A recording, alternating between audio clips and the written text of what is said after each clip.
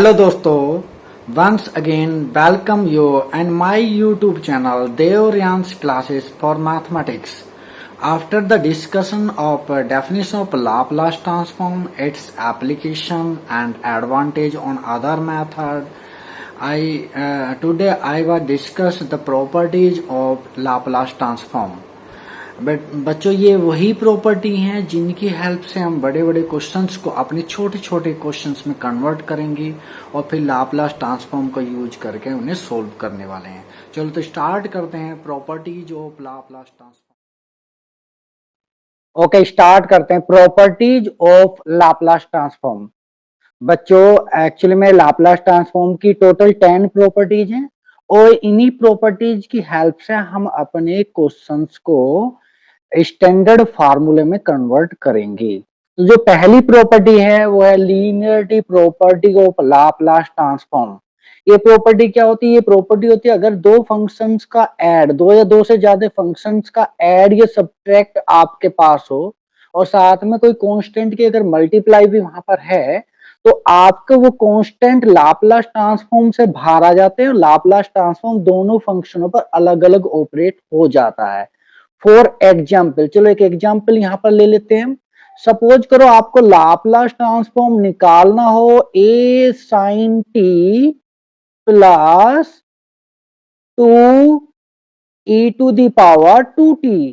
तो linearity property के according क्या होगा? ये जो कांस्टेंट a है ये भी बाहर आ जाएगा और आपका बन जाएगा Laplace transform of sin t, और ये जो कांस्टेंट 2 है ये भी बाहर आ जाएगा और आपका हो जाएगा Laplace transform of e to the power 2t। और हमारे जो बेसिक्स फार्मूले हैं वहां से sin t का जो लाप्लास ट्रांसफॉर्म होगा वो होगा 1 upon s square plus 1 square, और e to the power 2t का लाप्लास ट्रांसफॉर्म होगा 1 अपॉन s माइनस 2। तो आपका रिजल्ट बन जाएगा a upon s square plus 1 plus 2 upon s minus 2। तो ये होती है हमारी लीनियरिटी प्रॉपर्टी। कभी भी दो फंक्शन या दो से ज्यादा फंक्शन का ऐड या सब्ट्रैक्ट आपके पास है तो लाप्लास ट्रांसफॉर्म लीनियरिटी प्रॉपर्टी को फॉलो करता है, वो कांस्टेंट बाहर आएंगे और दोनों फंक्शन पर अलग अलग लाप्लास ट्रांसफॉर्म ऑपरेट हो जाएगा। हमारी सेकंड प्रॉपर्टी है first shifting theorem. First shifting theorem का क्या एप्लीकेशन है? अगर किसी फंक्शंस का लाप्लास ट्रांसफॉर्म आपको पता है और उस फंक्शंस के अंदर कोई exponential e to the power 80 या e to the power something multiply आ जाए तो उसका लाप्लास ट्रांसफॉर्म डायरेक्टली होगा एफ एस माइनस ए। तो एक क्वेश्चन इसका देख लेते हैं।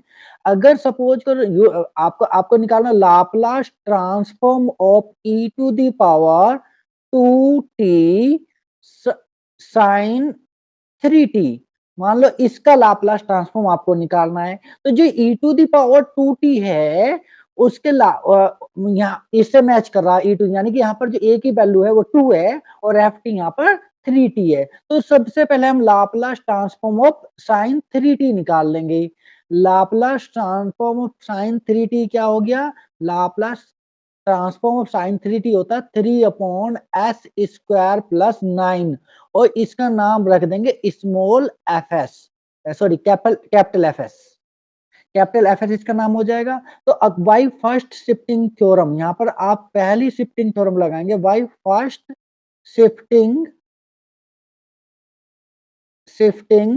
थ्योरम। इससे क्या बन जाएगा? Laplace transform of e to the power 2t sine 3t बन जाएगा f ऑफ s माइनस 2। तो आपने जो fs निकाला था वहां पर s को s माइनस 2 रिप्लेस कर देंगे तो आपका रिजल्ट हो जाएगा 3 अपॉन s माइनस 2 का होल स्क्वायर प्लस 9। तो आपका रिजल्ट बना 3 upon s square minus 4s और प्लस 13। ये आपका रिजल्ट होगा। तो फर्स्ट शिफ्टिंग थ्योरम हमारी कहां पर यूज होगी?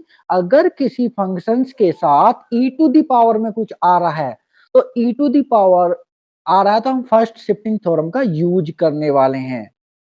नेक्स्ट है second shifting theorem. Second shifting theorem का क्या रोल है? अगर किसी आपको इस तरह का कोई फंक्शन दे रखा होगा जी डिफाइन यहाँ पर t ग्रेटर देने के लिए F T minus A and less than के लिए टी लेयर में, तो हम सेकंड शिफ्टिंग थ्योरम का यूज करते हैं। देन लाप्लास ट्रांसफॉर्म जीटी होगा e to the power minus S into F S. F S क्या है? Laplace transform of F T. का एग्जाम्पल लेके देख लेते हैं। सपोज करो, कंसिडर एक एग्जाम्पल आप ले लेते हैं। कंसिडर आपने एक फंक्शन लिया जी टी इक्वल टू, यहाँ पर आप सपोज कर लीजिए साइन टी माइनस 3, और ये लिखा if for T greater than 3 और 0 इफ टी लेयर देन 3। अगर ये लिखा हो तो आप इसका लाप्लास ट्रांसफॉर्म निकालने के क्या करेंगे? पहले साइन टी का लाप्लास ट्रांसफॉर्म निकाल लेंगे। We have Laplace transform of sine t. तो साइन टी का लाप्लास ट्रांसफॉर्म क्या होता है? 1 अपॉन एस स्क्वायर प्लस 1, और इसको बोल देंगे एफ एस। F S.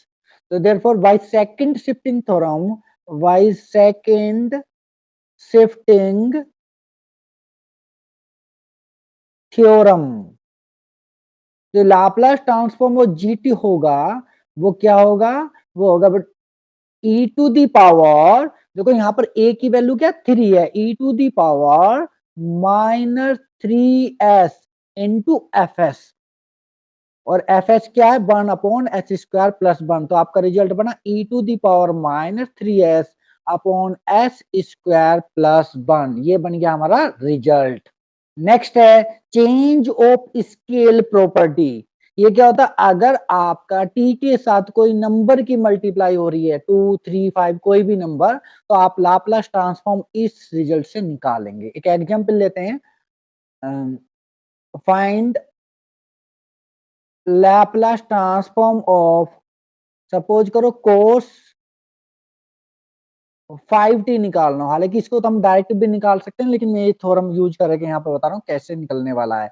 तो आप क्या निकालोगे? पहले भी है आप Laplace transform of cos t निकाल लीजिए। तो लाप्लास ट्रांसफॉर्म कोस टी क्या होगा? s upon S square plus 1, इसको बोल दिया एफ एस, यानी कि ये मुझे मिल गया। Now Laplace transform of cos 5t, देखो t के साथ 5 की मल्टीप्लाई है, यानी कि इससे मैच कर रहा है। तो आप यहाँ पर by change of scale property से क्या लिखेंगे? 1 upon 5 F S upon 5 by change of scale property. By change of scale property, ये हमने प्रॉपर्टी लगाई और ये बन गया, यानी कि आपका बना 1 अपॉन 5, और जो एफ एस निकाला था मैं एस को रिप्लेस कर दीजिए एस अपॉन 5 से, तो ये बन जाएगा S upon 5 upon S upon 5 का होल स्क्वायर प्लस 1। तो आफ्टर सोल्विंग आपको क्या मिलने वाला है? 25s, नो नो नो, 25 से 25s अपॉन 25s, ये 25 ऊपर जाए, 25s upon 25s square plus 25। तो your result is s upon 25 plus S square plus 25। ये आपका रिजल्ट हो गया by change of scale property से। इसको आप डायरेक्ट भी निकाल सकते थे, लेकिन कुछ क्वेश्चंस में आपको ऐसा मिलने वाला है जहां पर टी के साथ किसी नंबर की मल्टीप्लाई होगी, तो तब हम चेंज ऑफ स्केल प्रॉपर्टी ही लगाएंगे। नेक्स्ट है Laplace transform of function multiply by T की पावर एन। यानी कि अगर किसी फंक्शन का लाप्लास ट्रांसफॉर्म आपको पता है और आपको लाप्लास ट्रांसफॉर्म ऐसे फंक्शन का निकालना हो जिसके अंदर उस फंक्शन में टी की पावर की मल्टीप्लाई हो रही है, तो हम ये फार्मूला यूज करने वाले हैं। जैसे आप एक एग्जांपल ले सकते हैं। बी नो दैट, हमें पता है बी नो दैट, आप सभी को पता है Laplace transform e to the power 2t equal to होता है 1 अपॉन एस माइनस 2। इसको आप एफ एस बोल दीजिए, एफ एस से। अब हमें निकालना चाह रहे हैं Laplace transform of t square e to the power 2t। तो इसका लाप्लास ट्रांसफॉर्म, इस थ्योरम को जब हम लगाएंगे तो ये बनेगा माइनस 1 की पावर 2, क्योंकि यहाँ पर एन की वैल्यू 2 है। सेकेंड टाइम डेरिवेटिव, दो बार डेरिवेटिव करेंगे एफ एस का, और एफ एस क्या है? 1 अपॉन एस माइनस 2। तो इसका दो बार डिफरेंशिएशन करेंगे तो आपका रिजल्ट, तो माइनस 1 की पावर 2 तो 1 हो जाएगा। एक बार डेरिवेटिव कर लेंगे तो आपका बनेगा माइनस 1 अपॉन एस माइनस 2 का होल स्क्वायर।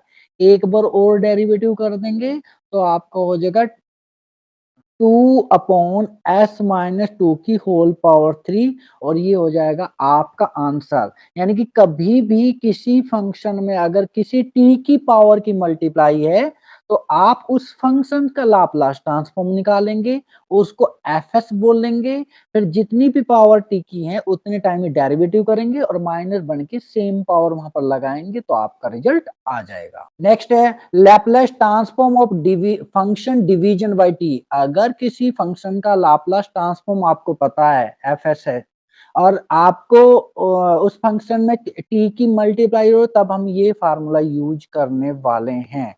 फॉर एग्जाम्पल एक एग्जाम्पल ले लेते हैं। इफ लेट मान लीजिए Laplace transform of sine T क्या होता है, ये होता है 1/s² प्लस 1, इसको मैंने बोल दिया fs और आप निकालना चाह रहे हैं Laplace transform of sine T upon T. तो अकॉर्डिंग टू दिस प्रॉपर्टी हम इसको लिख सकते हैं s टू इंफिनिटी और ये जो fs है ये 1/s² प्लस 1 होता है और ds। कुछ एस स्क्वायर को आप एक्स भी लिख सकते हैं तो यहां पर कर देंगे इसका इंटीग्रेशन। इसका इंटीग्रेशन होता है tan इनवर्स एस और limit go from s to infinity. tan inverse infinity minus tan inverse s. तो आपका बन गया है tan इंफिनिटी होता है, इंफिनिटी वैल्यू होती है π/2 पर, तो π/2 माइनस tan इनवर्स एस। आप चाहो तो इसको लिख सकते हैं कोट इनवर्स एस। ये आपका आंसर हो गया है। तो कभी भी अगर टी की पावर डिवाइड हो रही है तो आप इसी से सोल्व करेंगे। नेक्स्ट है Laplace transform of derivative of F T.